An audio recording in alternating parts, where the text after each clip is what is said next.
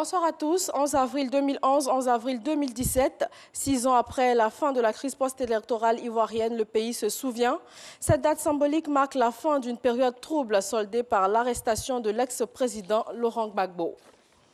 Dans le procès des disparus du Novotel, le parquet a requis ce mardi des peines de prison à vie contre les 5 militaires poursuivis pour séquestration et assassinat.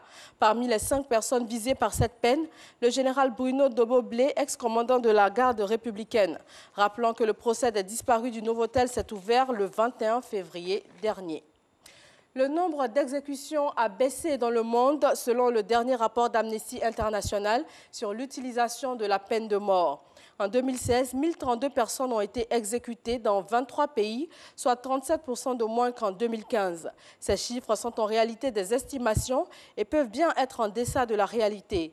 2 pays d'Afrique subsaharienne, le Bénin et la Guinée, ont aboli la peine de mort. La 3e évaluation du projet de contrat de désendettement et de développement C2D est ouverte depuis hier lundi.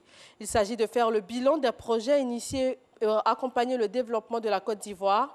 Le premier contrat a enregistré un taux de décaissement de 85%. Le principal opposant zambien a été interpellé mardi par la police après un siège de plusieurs heures de sa résidence à Lusaka.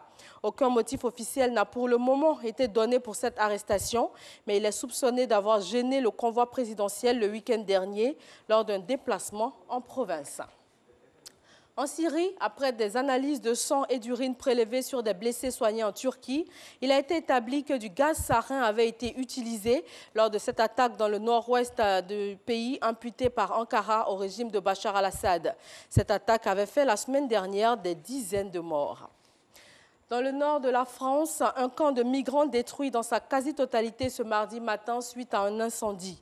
Des incidents ont éclaté lundi soir dans le camp où 6 migrants ont été blessés. Après des échauffourées avec les CRS, un incendie s'est déclaré, ravageant 230 des 300 chalets du camp et faisant au moins une dizaine de blessés. Voilà, merci de votre attention. D'autres informations sur les www.rti.ci.